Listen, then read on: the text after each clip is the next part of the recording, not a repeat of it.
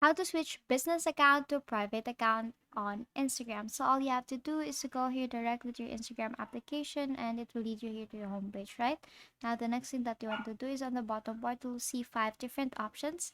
Tap on your profile icon and here you'll see professional dashboard, which means your account is currently set to business account.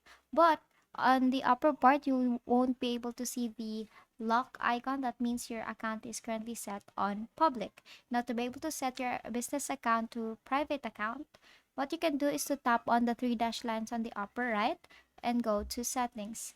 Now here on settings, you will see a lot of options, but I want you to look for the privacy here. And here you'll see account privacy, and all you have to do is to toggle on. If you tap on toggle on private account here, it will ask you to switch your account to to personal account again. So what you can do is to go back here and go to settings and tap on account and scroll all the way down up until you see switch account type and tap on switch to personal account and confirm switch to personal account and just wait for it to load.